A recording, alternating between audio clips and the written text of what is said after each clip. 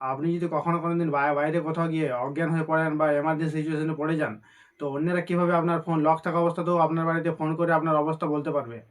তো সেই সেটিংসটা আমি আপনাদেরকে দেখাতে চলেছি যে আপনার ফোন যদি লক থাকে তাও অন্যেরা আপনার ফোন থেকে এমার্জেন্সিতে কল করতে পারবে ফোন লক থাকা অবস্থাতেই।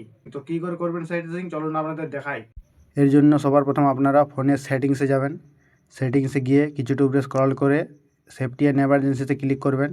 তারপর এখানে এমার্জেন্সি কন্ট্যাক্টে ক্লিক করে আপনাদের নিজেদের পছন্দ মতো একটা কন্ট্যাক্ট অ্যাড করবেন। কন্ট্যাক্ট অ্যাড করার পর এখানে চেঞ্জ সেটিংয়ে ক্লিক করে শো হ্যান্ড লকড এটা অবশ্যই অন করে রাখবেন। তারপর ব্যাক করে চলে আসবেন। এরপর আপনারা আপনাদের ফোনে লক থাকা অবস্থাতেই এমার্জেন্সি কলে ক্লিক করে এখানে আপনারা যে নাম্বারটা অ্যাড করলেন সেই নাম্বারে কল করতে পারবেন। তো আশা করি ভিডিওটি দেখে আপনারা বুঝতে পারলেন যে এই সেটিংসটা কী করে করবেন। তো আশা করি ভিডিও দেখে আপনারা বুঝতে পারলেন যে কী করে সেটিংসটা অন করবেন।